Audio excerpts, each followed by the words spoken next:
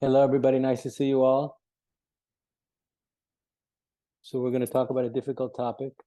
I'm going to try and talk about a difficult topic, which is the topic of karma and how to relate to karma if we want to be free. If we're interested in enlightenment, some people maybe are still these days. So I know when the Buddha was asked a question about karma, how to understand karma, he said, don't try to figure it out because it'll drive you crazy. And I think he was right.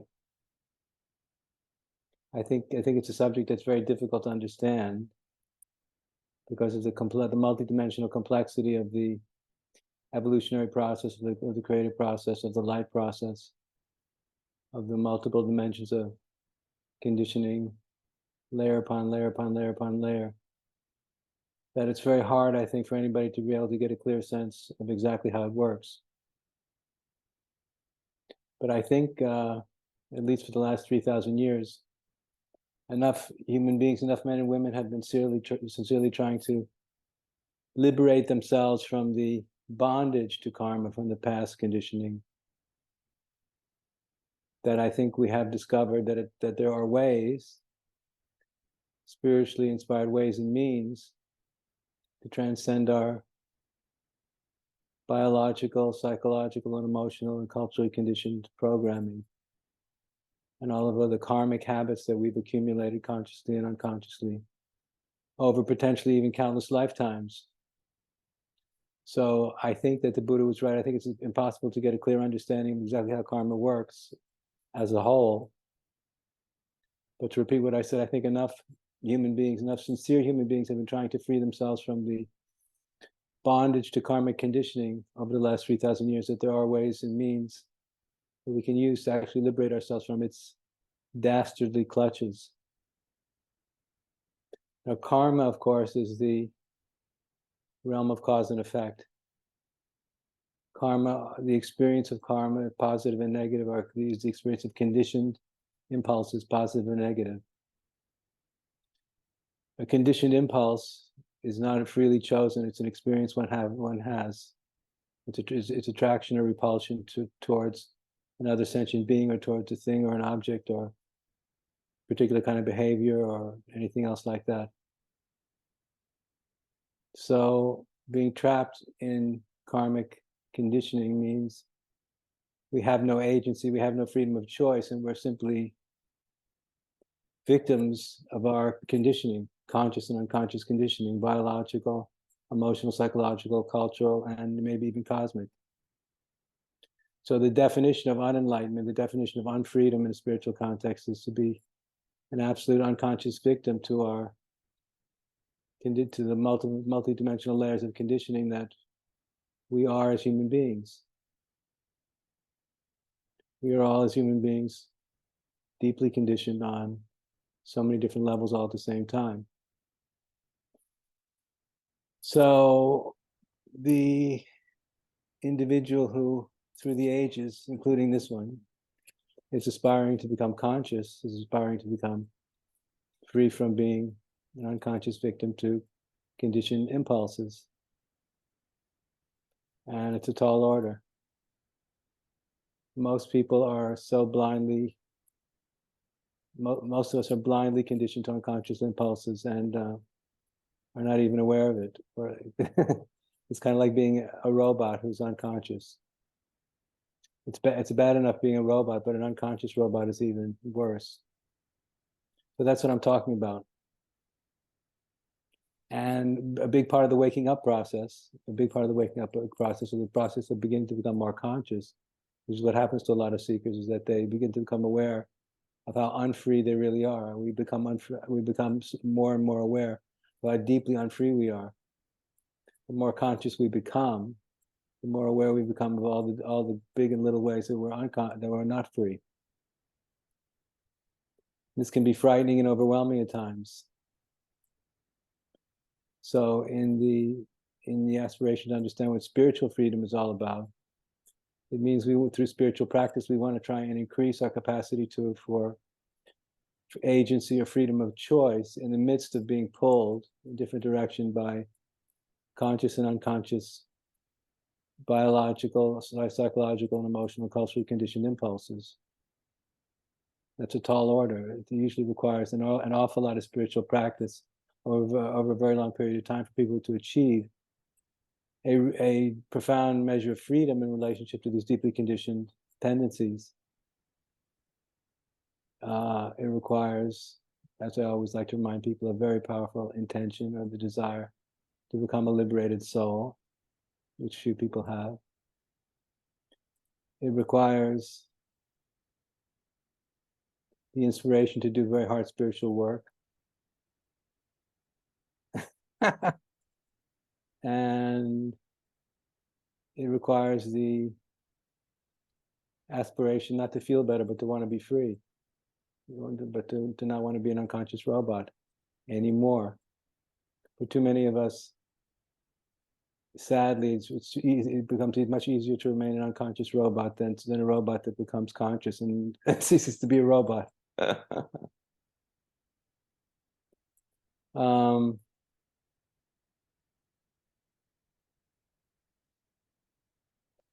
the thing about karma is that it's, to repeat what I've been saying, the thing about it is that what's scary about it is when you begin to look into it, all you see is karma everywhere. When you begin to look inside your own experience of biological, emotional, psychological, and cultural conditioning, you just begin to see layers and layers and layers and layers and layers of conditioning in every direction.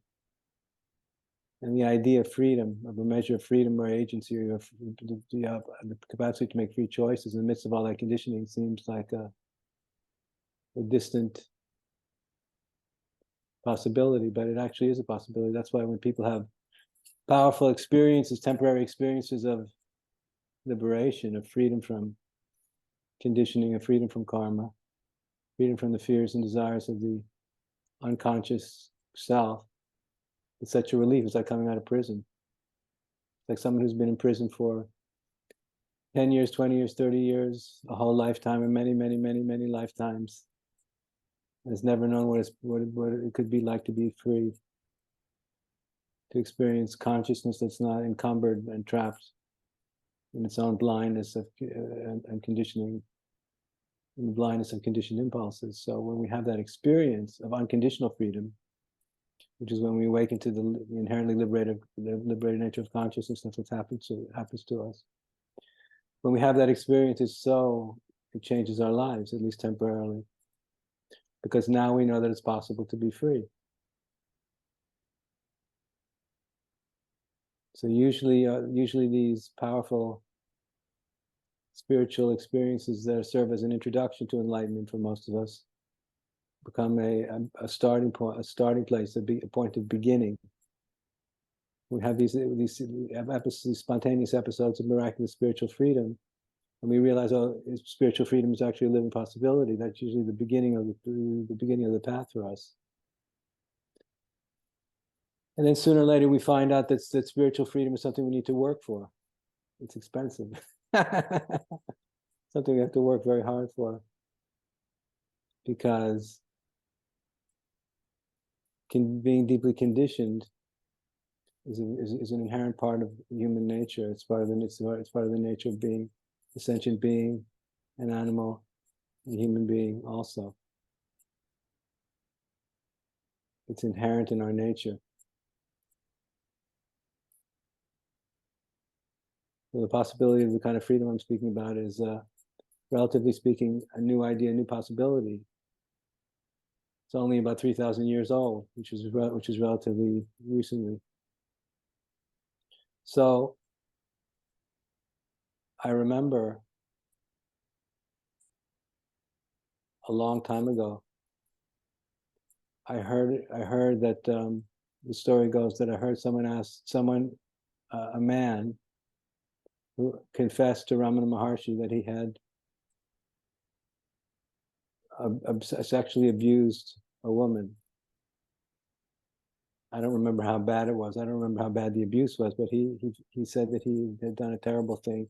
He sexually abused a woman, and he felt guilty and he felt terrible about it. He didn't know what to do. He didn't know how to atone for his sins and his crimes. And the story goes that Ramana told him, stop thinking about it. which to my young, self-righteous mind felt like insane. Insane. What do you mean don't think about it? I didn't understand how an enlightened being like Ramana Maharshi could give that kind of advice, because I thought, well, the only appropriate response to committing a sin or a crime and causing suffering to another person is to atone for the crime and the sin and to take responsibility for it. But over the last years, as I've been thinking more, as I continue to think more about all these things, thinking more about karma and how it works, I've been thinking much more closely and deeply about what it means to disengage from the karmic matrix altogether. And I think some of the most profound examples of spiritual awakening, of spiritual enlightenment, of human liberation would be those rare individuals who seem, apparently, to have transcended to a large degree the whole matrix of karmic conditioning. They see that they seem to experience and express and live a kind of primordial freedom from the mind and even from biological impulses that seems extraordinary and way above and beyond the capacities of most spiritual seekers. So I've been thinking a lot about those individuals and thinking a lot about the state of consciousness that they must be in and what their relationship to the human experience must be like. I've been interested in enlightenment ever since I was 22 years old. I'm 68 now, long time. And I've always wanted to go all the way. So those individuals who seem to have gone all the way, whatever that means, are individuals I pay attention to, and I'm very curious about their inner experience. So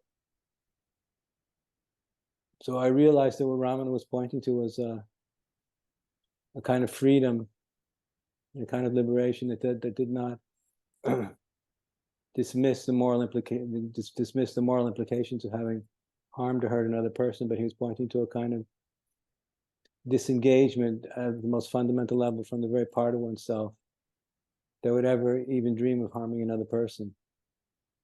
He's pointing to a position of radical disengagement from the imprisonment of the human condition. And the aspiration to awaken to enlightened awareness in a profound way is exactly that. I mean, if someone is truly free, or let's say, if we want to take the idea of liberation all the way to its ultimate possibility, it means that the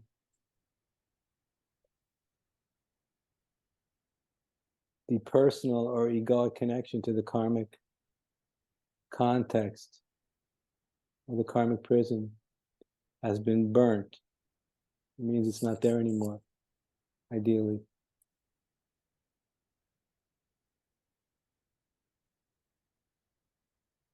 It means one has let go so deeply, so profoundly, so absolutely, so unconditionally, so totally, that the karma cannot entrap one any longer. One is simply free. One is simply free from it because one has let go of the relationship to the individual that would be capable of causing such karma in the first place. We speak about something very, very radical and very profound. It's not a new idea, but it's a relationship to freedom that for me is relatively new, even though I've been at this for a long time. So to think about this in a more practical or personally relevant way,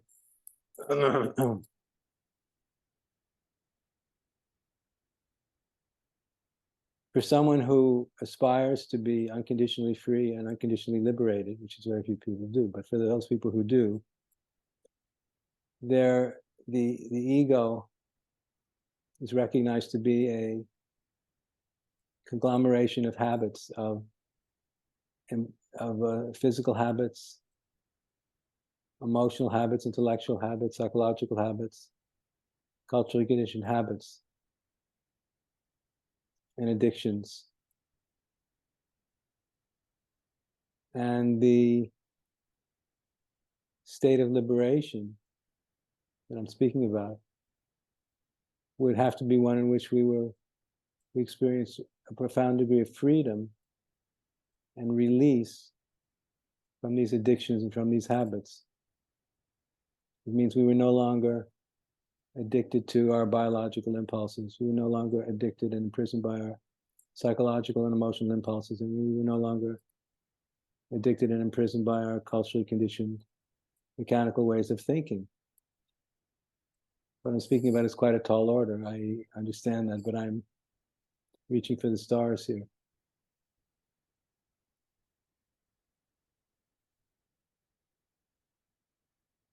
But this kind of freedom has to, if there's any chance that we're ever going to experience a kind of freedom that is even remotely related to what I'm speaking about, our locus of attention, intention, and aspiration needs to change from having, getting, and becoming in this world, having, getting, and becoming in this world, to an unconditional, absolute, radical aspiration for total transcendence,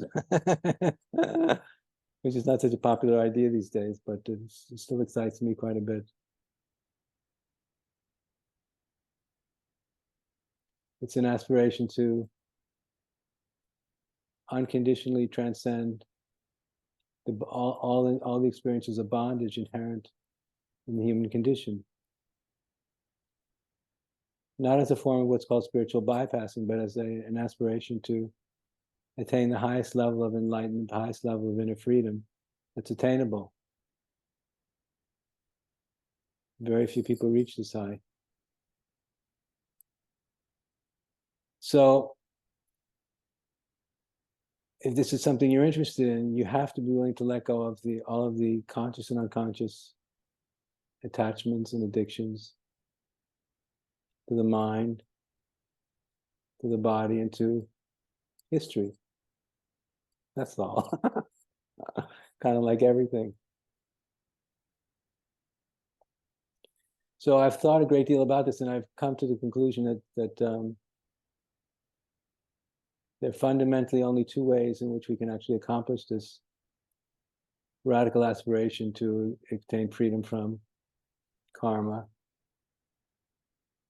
And one is to do exactly what I've been advocating, which is to aspire for the unconditional release of attachment and identification with body, mind, and culture.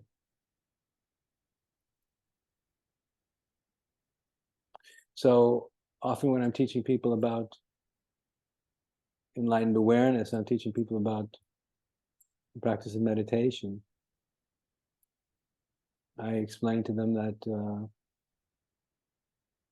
the awakening to enlightened awareness and the experience of enlightened awareness comes from the total and absolute transcendence of the mind and time, and our attachment to the mind and time, and to the endless story that our ego is embedded in. Our ego, our so-called personal identity, is embedded in a story. And most of us spend most of our waking life and most of the time when we're sleeping also, lost in the ego story, which is embedded in a cultural and historical context, and that's the human experience.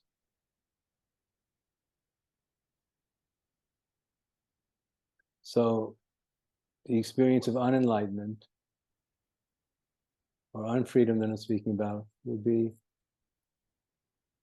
being lost, living in a movie that was just a projection, being lost in a movie that wasn't real, really. It was only relatively real. It wasn't absolutely real. Lost in an experience in a living context. It's only relatively real. It's something that's not absolutely real, but believing it's absolutely real.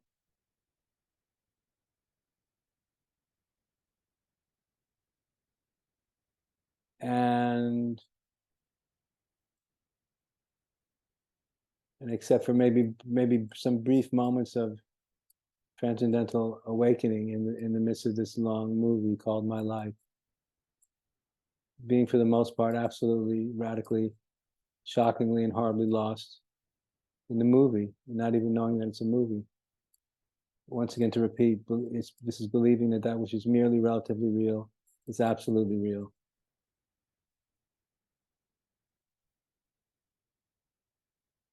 More often than not, the movie that we tend to be lost in is usually not a very interesting movie. It tends to be very tedious and small-minded, not very interesting, not very liberating for most people, for a lot of people.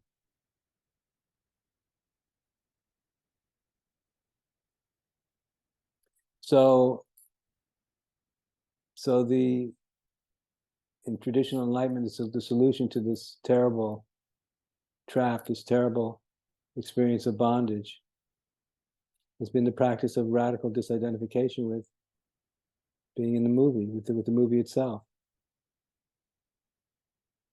This is why in Vedanta, in Vedantic practices, in Buddhist meditation, the highest forms of meditation practice are really focused on the direct contemplation of the nature of consciousness as it always already is,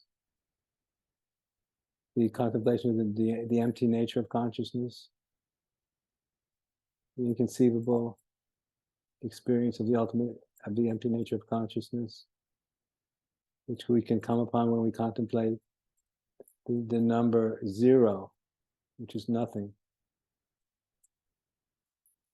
So traditionally, in the Eastern Enlightenment Dharma, when men and women have contemplated the nature of zero or nothingness, no thingness, non-existence, deeply, radically, seriously, and absolutely for long periods of time, sooner or later, the mind begins to fall away from the eye of consciousness. And so when the mind begins to fall away, our awareness of time begins to fall away at the same time, because the mind and time arises along the same line.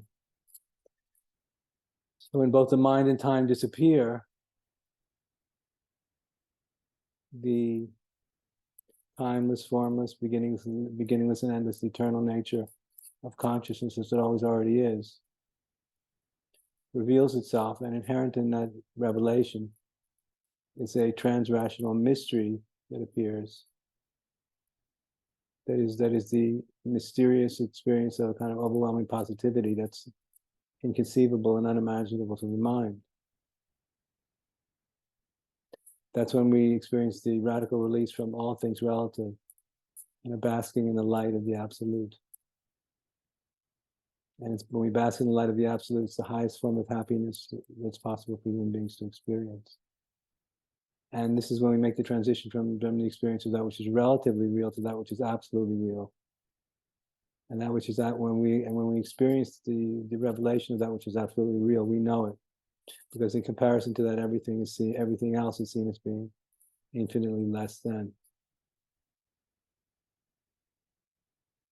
So this is one solution to the problem of karma and conditioning and being trapped and lost in a bad movie, a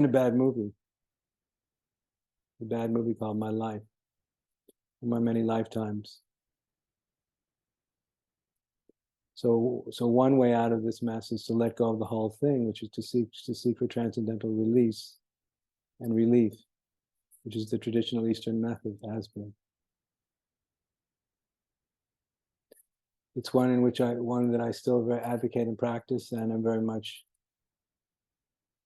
infatuated with and drawn to every day, every morning. But there's another method, there's another way to deal with this challenge. It takes us in a completely other direction,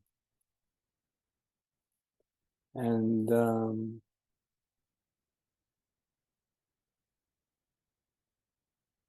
that's when we learn how to see the reality of our human incarnation, and the presence of our body, our mind, and our personality in this karmic unfolding. That's when we learn how to see our presence in this world process as part of the karmic unfolding of the entire evolving universe. So this is in this context, I encourage people to take a different vantage point, the vantage point of the evolutionary impulse.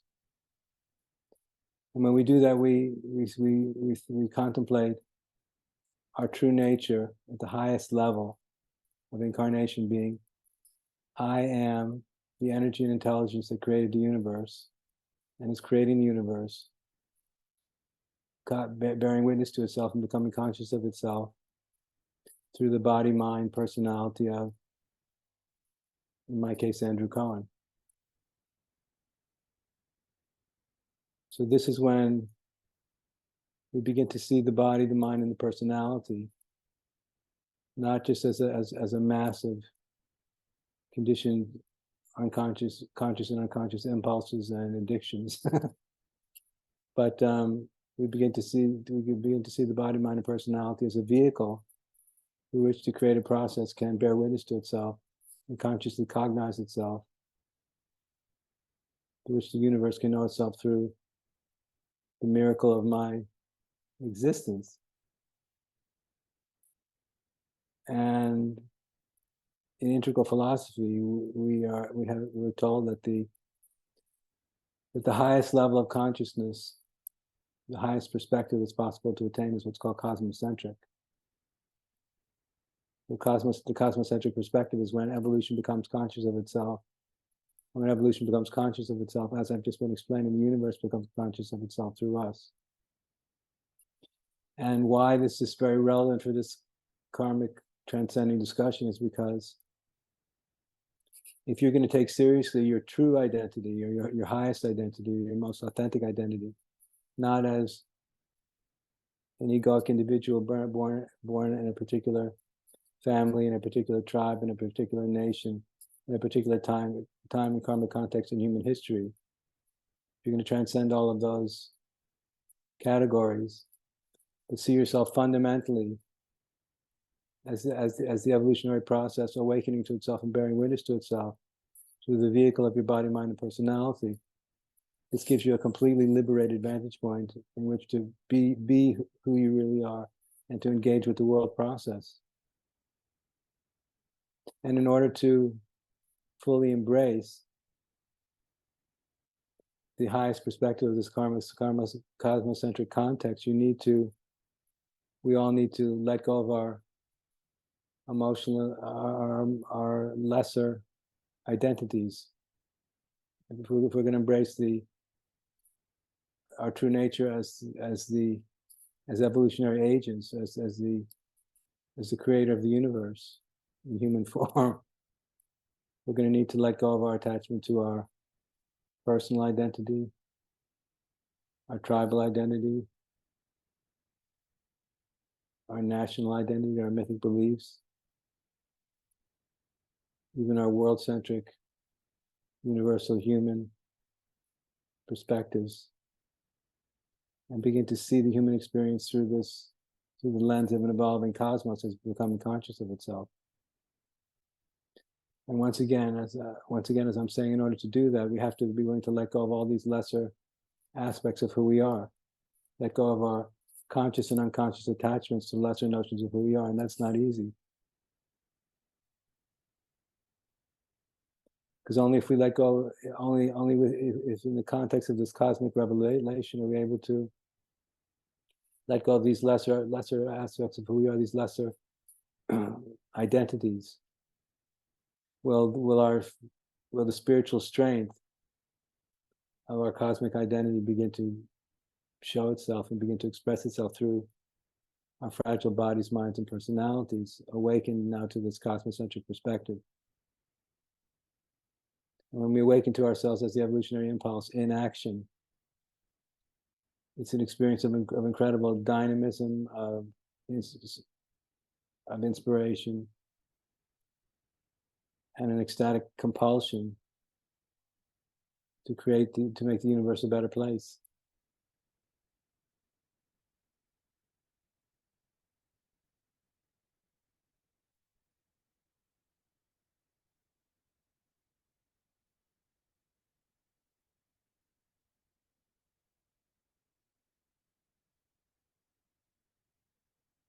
So what I'm simply saying is that it is possible to experience freedom from karma.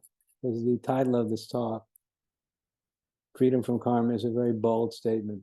It's incredibly bold, and I'm aware of that. But I do think that if one would take seriously what I'm advocating here, none of which are completely new ideas,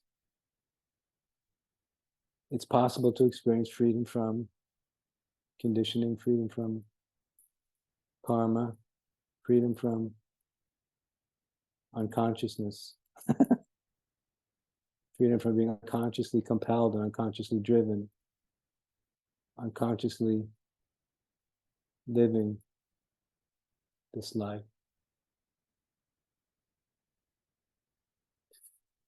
So the two routes to the experience of the freedom from karma is, one is the more of the traditional approach in the Eastern context of letting go unconditionally of our attachment to identification with the body, the mind, and the personality, contemplating the nature of zero or emptiness, no thingness, nothingness, and going so deeply into the experience of nothingness, emptiness, the nature of consciousness itself, the empty nature of consciousness itself, that we awaken to the inherent freedom that lies at the ground of our own being. And it's possible to do that, and people have done that. The great Eckhart Tolle is an example of someone who's taken that route very far.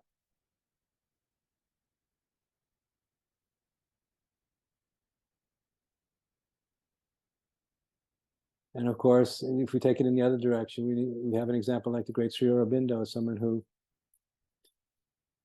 had a profound Vedantic awakening in the context of evolution, and described his awakening to the evolutionary impulse in ways that was so utterly inspiring. He was utterly consumed by evolutionary possibility. And he saw the human experience in the awakened context, in the awakened state, as a revelation of infinite potential, as the constant ecstatic revelation of infinite potential, infused with so much inspiration and aspiration. Now the thing is, if you want to experience freedom from karma, sure, very few people do, but if you want to experience freedom from karma, either in the going in the direction of being or nothingness, or the direction of evolution and becoming, you have to be a very good practitioner of the mind dharma. You have to be willing to renounce the temptation to believe in the dream. You have to be willing to, as few people actually are, you have to be willing to let go of the ego's story. The ego finds itself in the midst of a story, and the story is one about my life, my trials and tribulations, and my aspirations.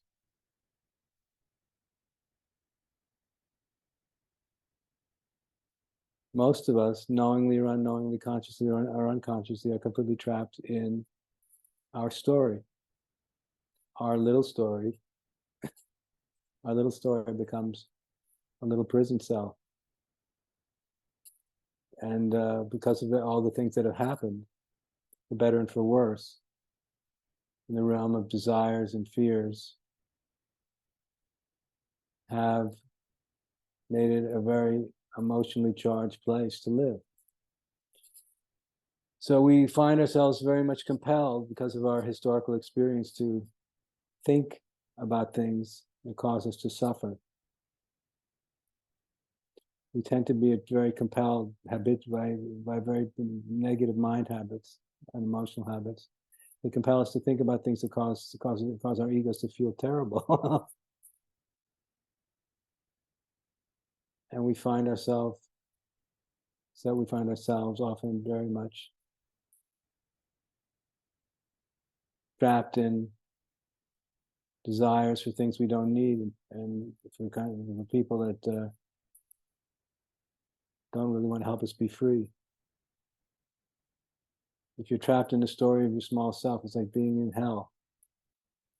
But hell to the ego is infinitely compelling, is infinitely fascinating. At an unconscious level, we can experience a lust and a fascination for the ego's fears and desires in the world that it gives rise to. So it's like almost like an itch. It's an itch that comes up. We feel we want to scratch, and if we want to be free, if our goal is unconditional freedom, absolute freedom, we have to stop scratching when the ego's compulsive itch reveals itself. What about this, and what about that, and what about me, what about mine? What about all the ways I've been hurt, wounded, and traumatized? What about the ways I've been misunderstood and unloved? Things like that. Which at a certain point at a certain point in the process of self-understanding, we need to let go of it. Let go of what? Let go of attachment to the ego story. And everybody who's interested in spiritual liberation knows this. A few people actually do it. And it's hard to let go of the ego story because the ego is a very insistent presence in our psyches. What about me? What about me and my needs and my wants and my desires and my fears and my pains, etc. So the ego is always asking for our attention. And so the radical aspect of the desire for spiritual liberation and enlightenment is if we're serious, we have to be willing to absolutely transcend the ego's endless needs for attention. It's like it's a full-time job. Because the ego's never satisfied. It's never had enough. It always wants more and needs more. And at a certain point, if you want to be free, and it all depends how much you want to be free, you have to be willing to say no. Which means we stop scratching the itch. We feel the itch. And if we spent a long part of our life scratching, we're good scratchers, if we've been scratching for a long time, it would be very difficult for us to resist the overwhelming temptation to itch it again. But each time we itch the ego's fears and the ego's desires, the self and the soul gets more deeply embedded and trapped in the ego's karmic matrix. So the only way to be able to exit from that matrix and get out of the ego's matrix is to stop having any relationship with it whatsoever. Which I know is a tall order, but it's something at least I want you to think about. Because this kind of freedom I'm speaking about, first it has to be a concept in your mind, something that you begin to think about and aspire for, to the point that when you begin to think about the nature of zero and nothingness, when you think about the nature of having nothing and knowing nothing and being no one and being unconditionally free from the mind and ego and small self, it's something that sets your heart on fire. It's something that makes you feel inherently happy. It's not something you're afraid of. It's not something you fear. It's something you aspire for. Most people are terrified of emptiness. They're terrified of nothingness. They're terrified of their true nature. They're terrified of God. But if you're spiritually adventurous, like I am, like I've been for most of my adult life, you want to know who God is. What is the nature of God? What is the nature of the absolute? What does the God principle feel like? What does it feel like to be God? What is that very vibration all about? Where can I find it? Where can I experience it? More than one is afraid of it. One is irresistibly curious about it.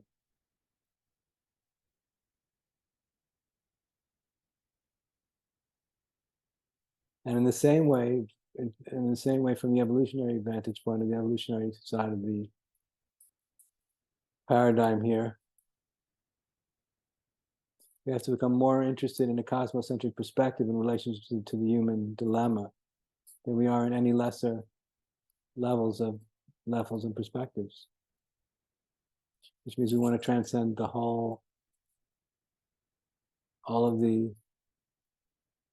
want to transcend the relative nature of the human experience altogether, and only in the evolutionary context, and only make the effort to see the human condition from a cosmocentric perspective, from the vantage point of what it might look like from outer space.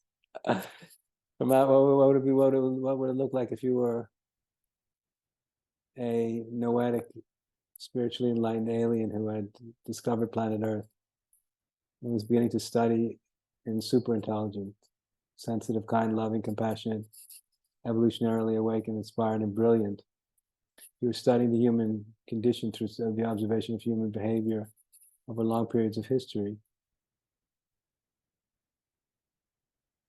You would have a very well,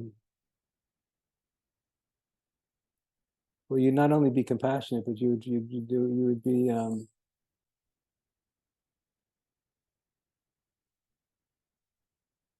interested and detached at the same time, because you weren't invested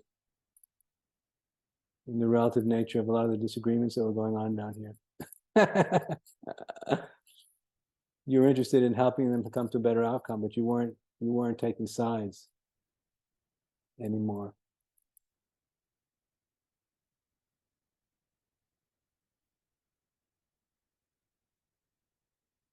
So in order not to take sides in this way that divides us against ourselves and divides us against each other, we have to work to see things from a higher perspective, and from a higher perspective, and from an even higher perspective, and from one that's even higher. It takes a lot of spiritually inspired, intellectual and philosophical work to do that. Doesn't mean we're trying to avoid problems, but we want to see the problem from a place beyond, from a context beyond which the problem exists. And unless we can do that, we're going to be trapped in the problem, just like everyone else seems to be, knowingly or unknowingly. So you can see either the being enlightenment or the becoming enlightenment both demand of us a kind of, if we want to be free from karma, if we want to experience the freedom of the awakening to enlightened awareness, in both contexts, we have to be willing to let go of our attachment and identification with anything less than the highest possibility.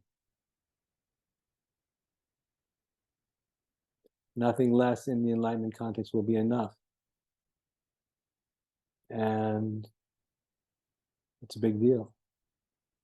It's a big deal. It's a big jump. It's a big ask.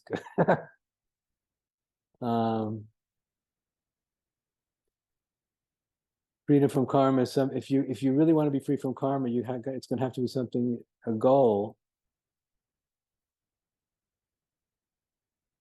that you're going to have to really make a priority. It'll never happen any other way.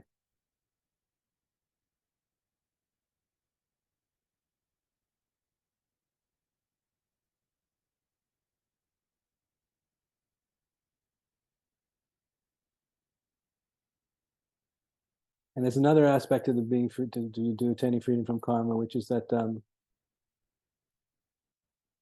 if you can learn how to practice the kind of disidentification that I'm advocating, which is not easy, but if you can do so, it'll also make it possible for you to embrace, for all of us to embrace levels and dimensions of acceptance of things that we cannot change. Because there are certain kinds of karmic consequences and repercussions from our individual or collective past that cannot be changed, which means there's certain kinds of consequences that are going to be inevitable over time. They'll either be positive or negative. And if we've let go at a very deep level, in the way that I'm speaking about, if we let go of these very deep levels, it will enable us to accept things we cannot change with more equanimity and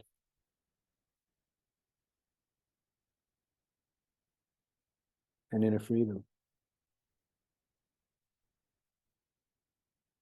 Because in that way we won't be constantly struggling against what is. But we will be able to accept things that needs to be accepted when there's no other opportunity for change. When the only solution, the only option that's going to give us access to the kind of radical inner freedom I'm speaking about will be one of acceptance, even of painful truths. It becomes easier if we've already let go. It becomes a lot easier if you've already let go.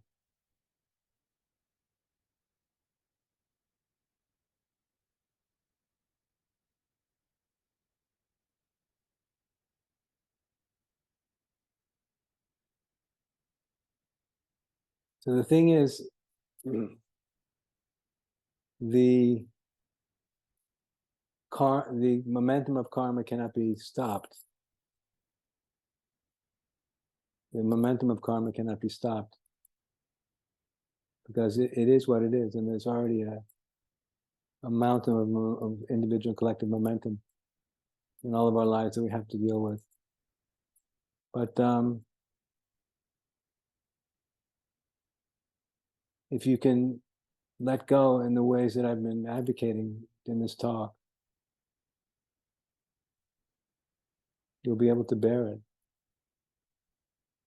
because you won't be lost in the story anymore. You might have to suffer. You might have to still suffer through it if there's no other option. And part of life is just that way, but you won't be trapped there anymore. Not at the level of your soul.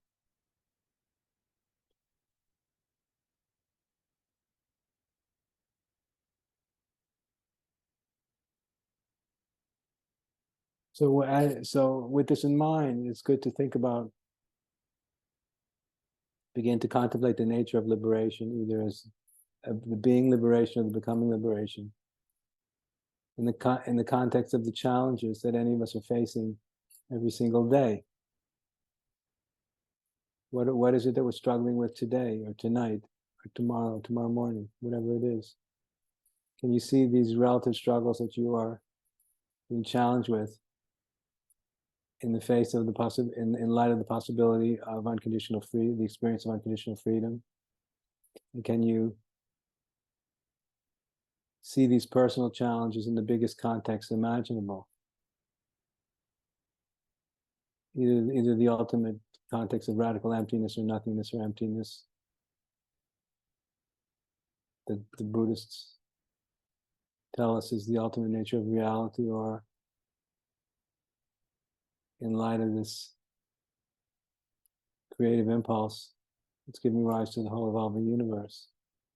And you see these personal challenges in light of these biggest, deepest, and most profound dimensions of reality on a daily basis. It requires a reasonably profound degree of capacity for contemplation and introspection.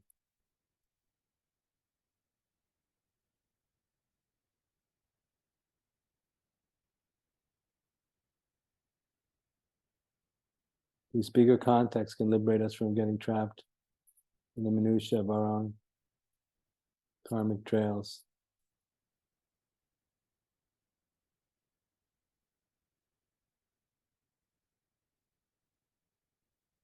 So I'm almost finished. So to boil this down, you want to be free from karma, there's two options. One option is no relationship to the content of consciousness. The first option is the no relationship to if you want to be free from karma, then you have to learn how to practice no relationship to the content of consciousness. Very difficult. I have no relationship to the content of consciousness. No relationship means zero or nothing.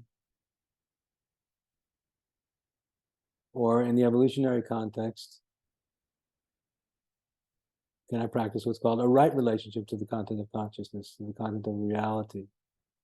And the right relationship to the content of consciousness and the content of reality itself is, I am the energy and intelligence that created the universe, awakening to itself and bearing witness to itself through the body, mind, personality of myself. It's the biggest context that there is. There isn't one that's any bigger than that. So can you hold that perspective for more than a few seconds? Can you try to bear witness to the reality of your personal experience through that cosmocentric lens? Because if you can, you're not going to scratch that itch, because your mind will be too big and your heart's going to be too open. Yourself is going to be too vast. So you'll be able to resist the temptation to scratch.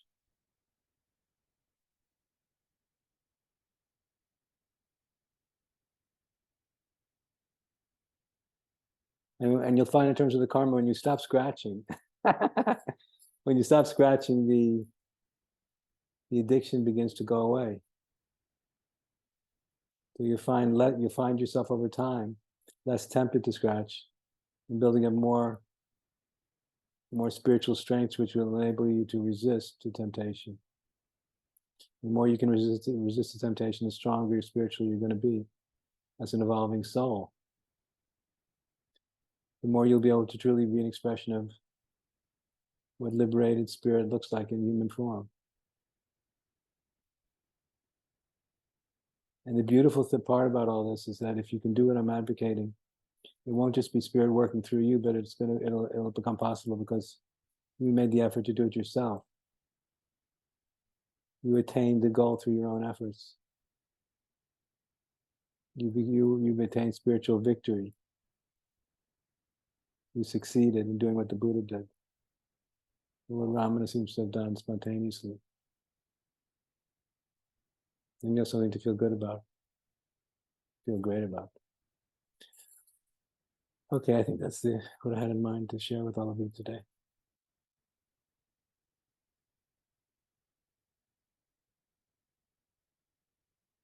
Okay, ready, Andrew? Yep, I'm ready to rock. Very good. So Citreya is asking, is there a method of practice to be free?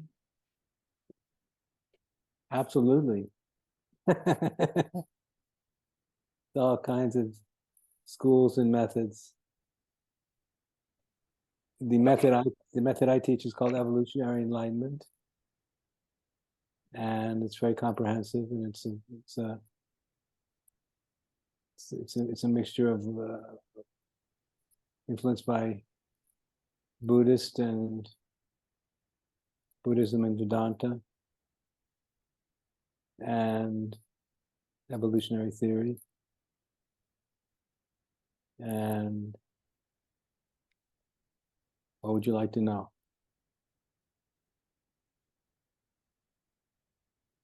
Citreya, your mic was open. Wait, I open again. Okay, thank you. Now you can talk. Yeah. Yes, thanks. I guess I just want to know. So I've seen glimpses of. I'm sorry. Okay. Let me turn off my earphones. Can you put your screen on? Is that possible? Yes. Thank you. Yes, thanks. So I've had kind of like experiences of being the witness, but it's like a glimpse that comes and goes, and then I'm frustrated because then the ego just takes over. The addictions just present themselves. So I guess I was just curious in finding out if there's a way that could help in maintaining or sustaining that sense of being present without the constant distractions. Well, in evolutionary enlightenment, the foundation of evolutionary enlightenment is the cultivation of the unconditional desire for total liberation as a absolute priority, which would mean that more than anything else in this world, I want to be spiritually liberated, radically, absolutely, unconditionally, totally, completely. So it means the idea of spiritual enlightenment, whatever that means, because nobody knows what enlightenment is anyway. But it represents the highest form of happiness and the highest form of inner freedom and wisdom and sanity. That's everybody. I don't know what enlightenment is, but it represents wisdom and sanity and freedom and happiness. So it says, whatever the enlightenment is, that's what I want to attain, to achieve, to experience more than I want anything else, more than I want to be a mother or father or sister or brother, famous, rich, or anything else. So the desire for enlightenment, as I understand it, has to become foundational, which means it's something that you're kind of always thinking about. So imagine, for example, that you wanted to win the Olympics. Imagine you want to win a gold medal at the Olympics in whatever field, it doesn't matter. But just imagine you want to, maybe it was ping pong, whatever it is. But if you actually seriously intended to win a gold medal at the Olympics in ping pong, it'd be something that you were obsessed with. You'd be thinking about it. You'd be practicing your game all the time. And you would be very focused on achieving the highest level of success, which was the gold medal. If someone's going for a gold medal, they're not messing around. Their intention to succeed at the highest level is very strong. So because their intention to succeed at the highest level is so strong, it's something that they're constantly thinking about, talking about, reading about, reflecting upon, and practicing. So when enlightenment is something that you devote that much time and attention to, the mystery of what enlightenment is tends to become more available because one literally becomes obsessed with it. And that's when you begin to lose your friends. Because the way it works, how do you pronounce your name? I'm sorry. Citria. So Satria. The way it works is if you tell people that you're learning how to meditate, they'll say, oh, it's very nice. But if you tell people you're interested in enlightenment, they'll get scared. So, because when people really wake up to enlightened awareness and experience the kind of inner freedom I'm speaking about, they usually start to become different people. They become people who are no longer following the status quo and trying to live up to everybody else's expectations, but they begin to live their own life for their own reasons in ways that can seem very radical and absolute. But that's what when we experience the inherently liberated nature of consciousness, it's so thrilling. When we experience that kind of freedom, it changes something, because if we know what you mean, it's possible to be this free. Yes. It changes our relationship to the human experience in a way that's very profound and dramatic. Does that answer your question? Yes, it does. Thank you. Well, I encourage you to do it, to think about, to dare to take yourself seriously enough and to believe in your own inherent worthiness enough to believe that it would be possible for you to be that free. So then you have to believe in yourself and take yourself very seriously. Take your own sincerity very seriously. Take your own. There's a lot of people think, when they think about enlightenment, they say, well, I'm just an ordinary person. I can't do something like that. But the Buddha was an ordinary person before he became an extraordinary person. So we have something we have to take very seriously. A lot of people are interested in meditation, but they're not interested in enlightenment. They're not taking enlightenment seriously. So it's not a practice we can do. It's an aspiration we have to cultivate. And because the aspiration begins to take on its own energy, its own enthusiasm, its own one-pointedness, begins to generate momentum and inner momentum. When we feel the momentum, we feel like we're moving. Okay, very good. Thank you. The next question, Andrew, is from Carrie. She's asking, in Buddhist traditions, they prescribe purification practices and sadhanas such as Vairasattva to purify the mind. Do you have any practice to purify the mind? Yeah. If you enter into a relationship with an awakened spiritual teacher or master, it starts purifying your mind, because it creates a certain kind of spiritual and existential pressure on the ego. And the pressure on the ego starts bringing to the surface all the places which we are deceitful, dishonest, corrupt, less than pure-hearted, less than pure-minded.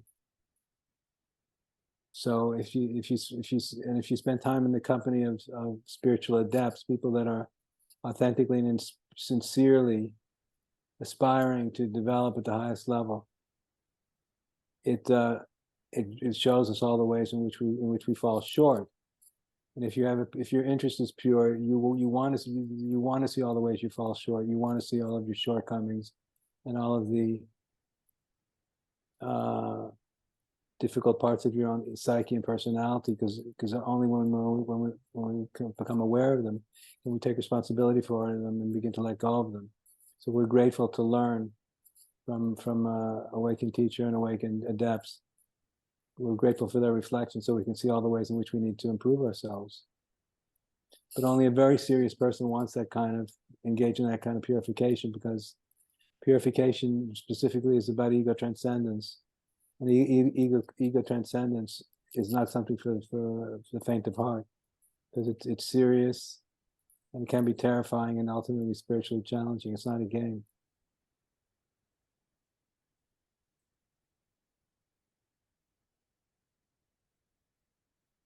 So when you talk about the evolutionary impulse, acting from the evolutionary impulse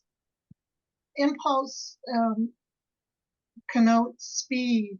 So if you're doing something in a flow, how do you know that you're actually coming from a pure place in your actions?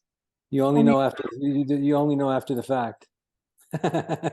There's no guarantees. You'll only find out after the fact and say, "Oops." Yeah. Well, Okay. unfortunately, there's no guarantee. So we find out. We usually find out when it's too late. You can't. If you're really experiencing the momentum of the evolutionary impulse, if you find it after the action has taken place. But it's a risk we all have to take if we want to be free. We have to be willing to risk making mistakes, because nobody's perfect. We're all imperfect, and we're all going to make mistakes. And if we want to learn about how we can become more human and more liberated, more beautiful, we're going to have to be willing to make mistakes in public. And if we want to be free, we'll be able to bear the humiliation. But if we don't want to be free, we will find the humiliation absolutely intolerable and totally unacceptable. But if you want to be free, you won't care, because your interest in freedom is more important than the emotional discomfort you might feel from time to time when your imperfections are exposed. So you're constantly course correcting. Exactly. Yeah. Okay. So you shouldn't be afraid of looking like a fool or exactly being embarrassed or something, because that's kind of an ego thing too. Well, let me put it this: the answer to your simple question is yes. You shouldn't be afraid of looking like a fool now and then. But if you find yourself in the uncomfortable position of always looking like a fool, it means something's wrong. It means you're not being serious. Because if someone is serious, they learn from their mistakes and then they make progress. People who are not serious keep making the same mistakes over and over and over and don't seem to have the capacity to learn from their mistakes and course correct. And that's not a good situation to be in.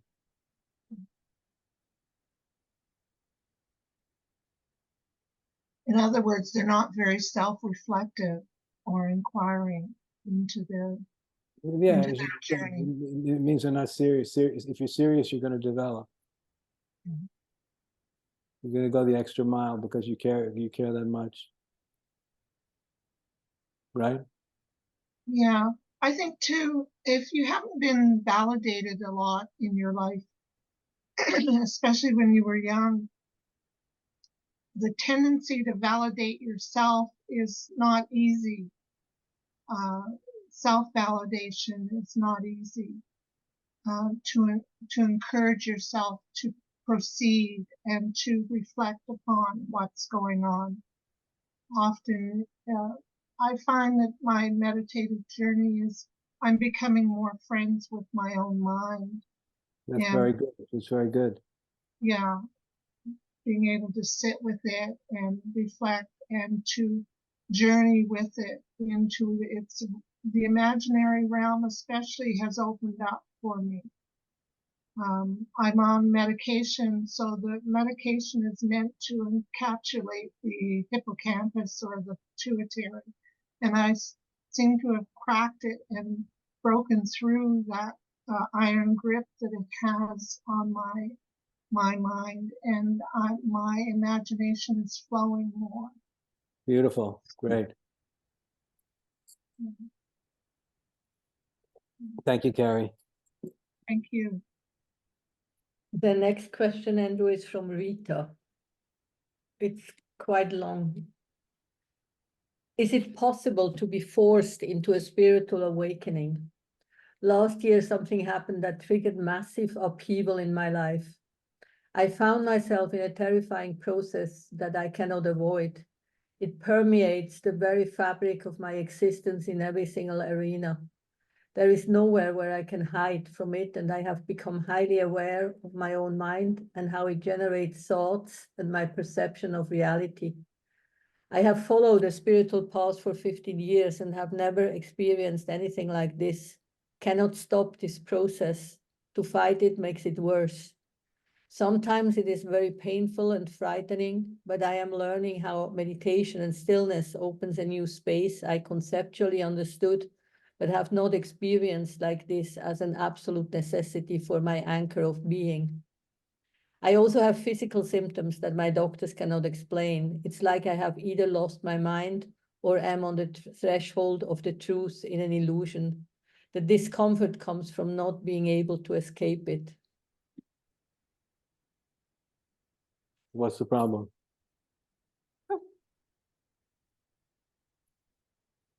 I guess my essential question is it possible to be triggered on this process without consciously or deliberately wanting for it to happen? Definitely. Some people stumble upon it, or it stumbles upon them. So the process is the same. I just didn't consciously or actively want this. Right, that's true. That seems to be the situation. But now that it's happening, how do you feel about it? I feel better now, and it's getting easier for sure. Before it was awful. I felt physical pressure in my body. It's real. It's not just in my head. It's something that I experience on every single level of my existence. And that's what's can be overwhelming, because there's nowhere where I can take a break from it. But aside from the physical symptoms, is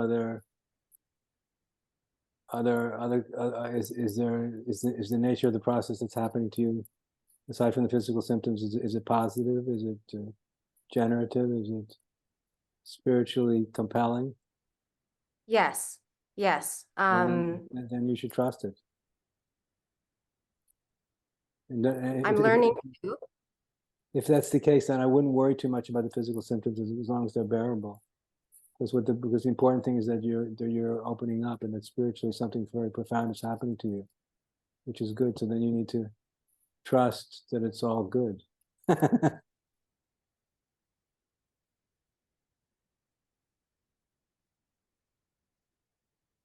Why is that so hard? Well, the reason that it can be hard is because a big part of awakening spiritually is because we have intimations of an infinite context, of a reality that is limitless. So suddenly the small self begins to have glimpses of that which is timeless, formless, beginningless, and endless, and eternal. And the eternal nature of that which is infinite is absolutely terrifying to the small ego. After I met my own teacher, I underwent a 3-week biological and psychological process that was both thrilling and absolutely terrifying at the same time, because I realized that I jumped out of my former self and I was on a journey that was way beyond anything I could imagine or could control.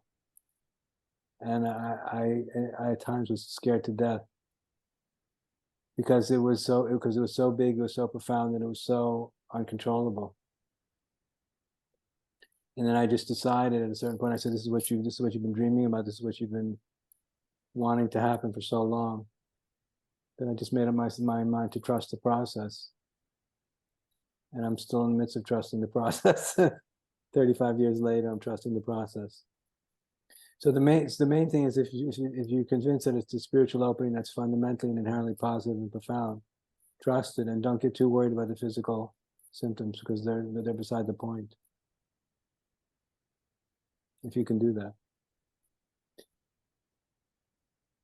Is it possible, or have you experienced that while this is unfolding and I spend more time in that conscious state, I have visual phenomena where I see lights, color, and they're becoming clearer and they last longer. Now, I have always seen lights my whole life, but not like this.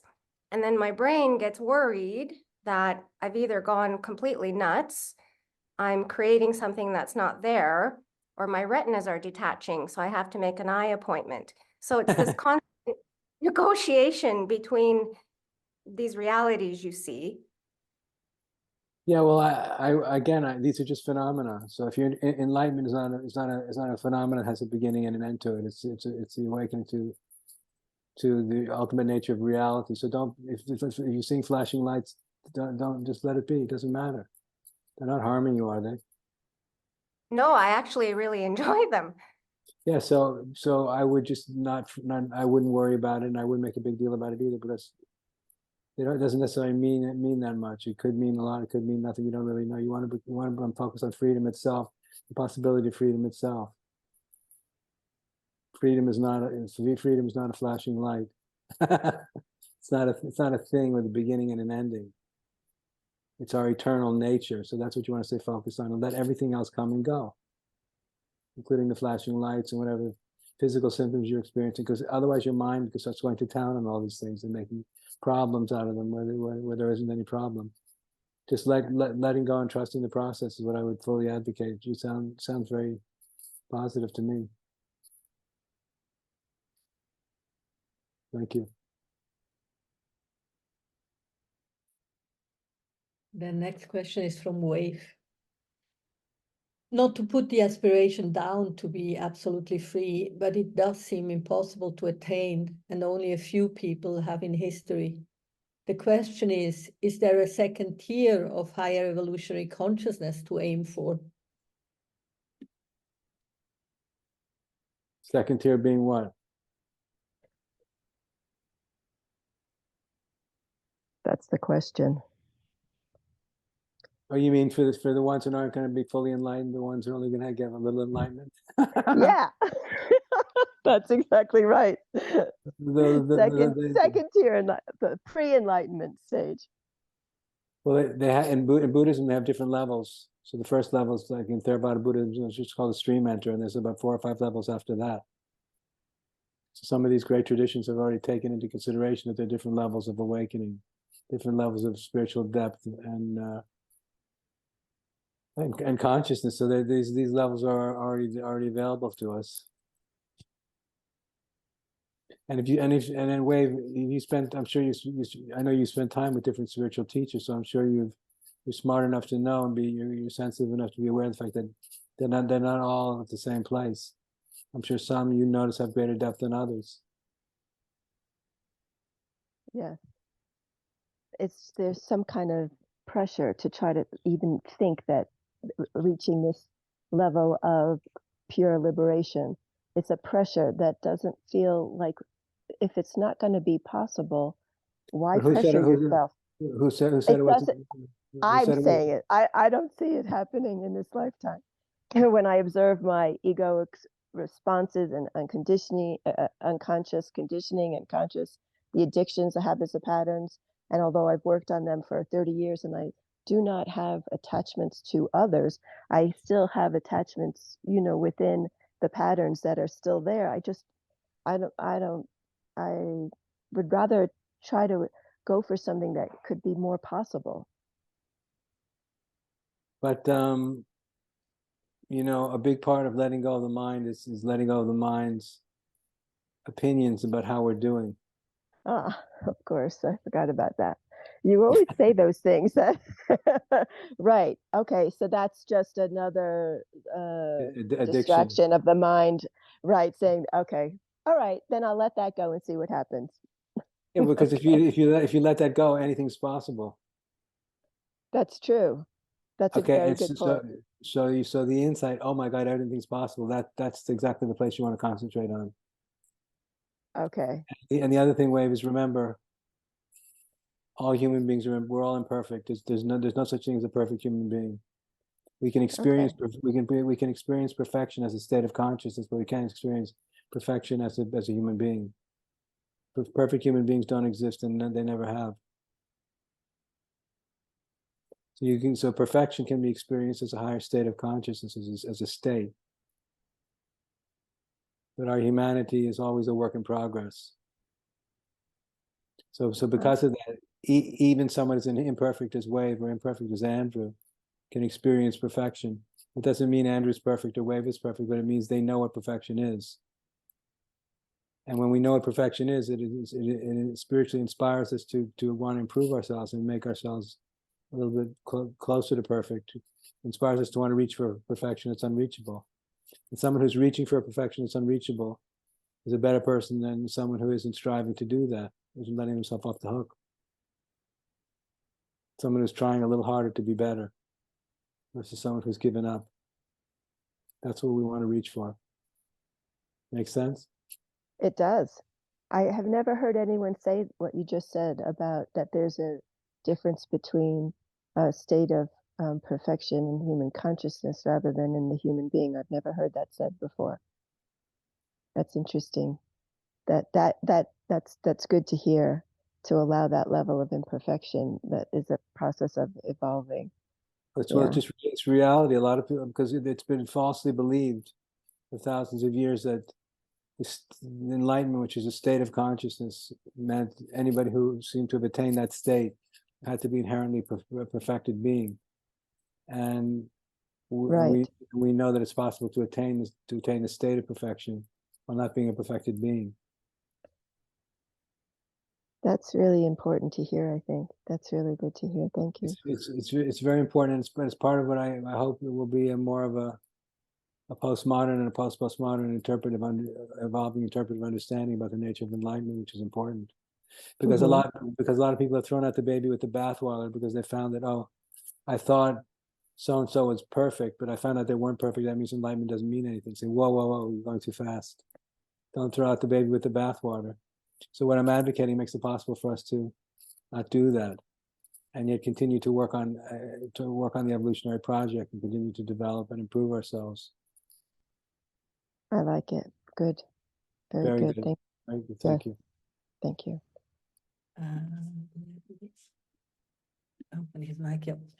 At the end of your talk, you mentioned that if you, a person, managed to adopt the evolutionary perspective as a pathway to enlightenment, you would have done it yourself and you will have something to feel good about. But then who is there to feel good about? I'm guessing you mean that there will be a sense of reveling participation in the evolution of consciousness, not from a personal point of view, but more from the experience of impersonal gratitude for being part of the evolutionary project while being conscious of it. Is that right? Very, very well said. I couldn't have done such a good job on it myself. But I want to say that, Michael, I'm pretty convinced that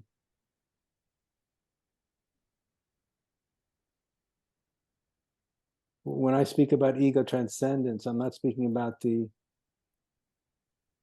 disappearance of our persona. There's a very interesting. I live in Tiruvannamalai in South India. This is the spiritual, the small city, the spiritual city where the great Ramana Maharshi lived for his whole life on the mountain called Arunachala. And in his ashram, in the first room you enter when you enter into his ashram, there's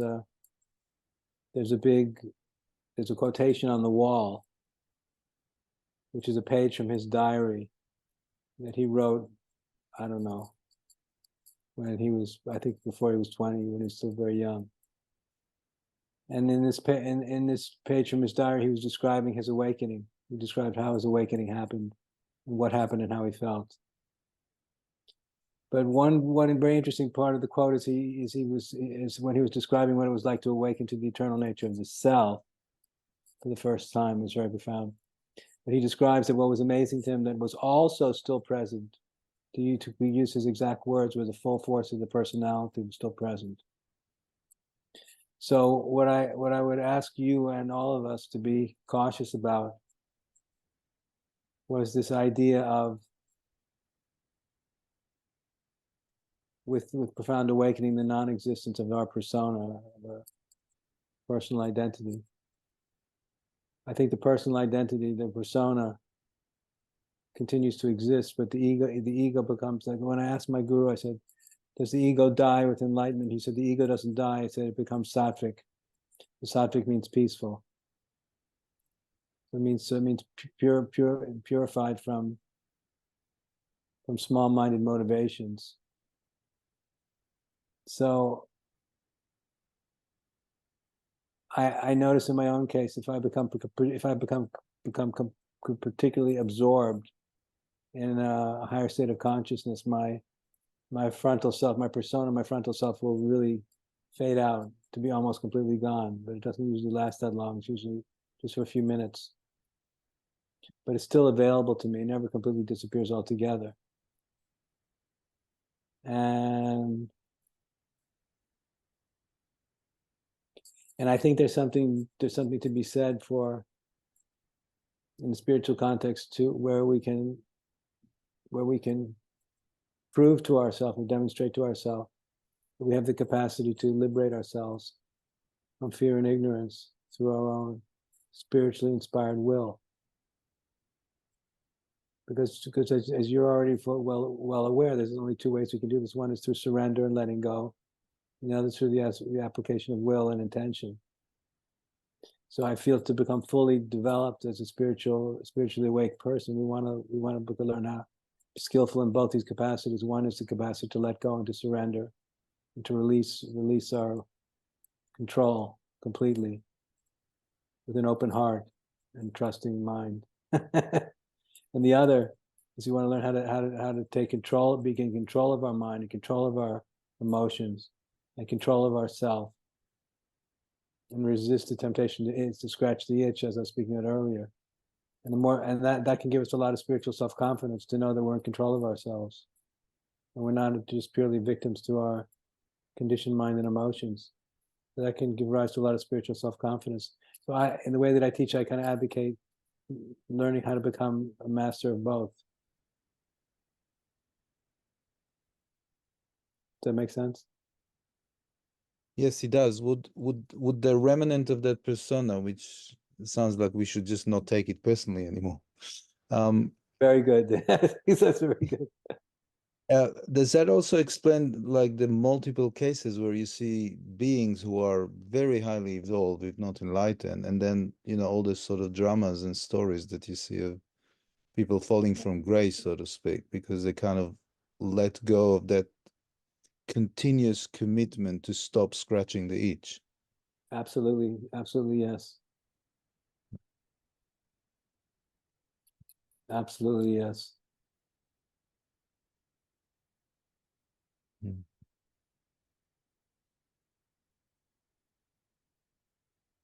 Thanks. Thank you.